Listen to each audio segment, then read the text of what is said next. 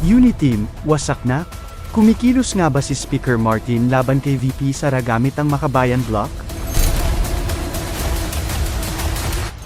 For trending news, follow Trending Express. Ang dating Pangulong Rodrigo Duterte ay tumindig sa kanyang anak ilang araw na ang nakalipas sa gitna ng mga kontrobersya na kinasasangkutan nito.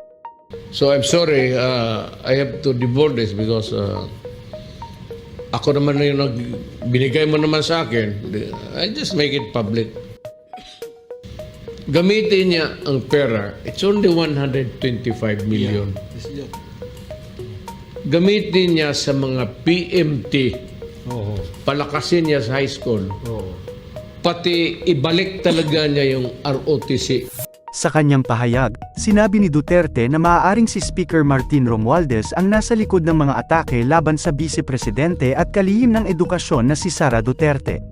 Nagpahayag din siya ng pag-aalinlangan sa pagtakbo ng kanyang anak sa pagkapangulo sa 2028. Tinukoy ni Duterte na si Romualdez ay nagbibigay ng pondo sa mga kongresista at may posibilidad na tumakbo bilang pangulo sa susunod na eleksyon.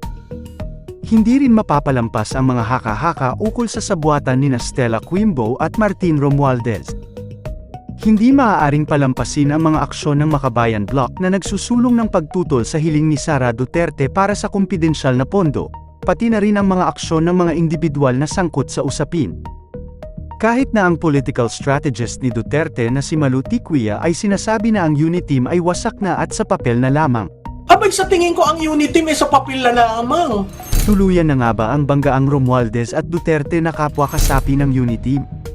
Para sa maanghang na balita, mag-follow sa Trending Express.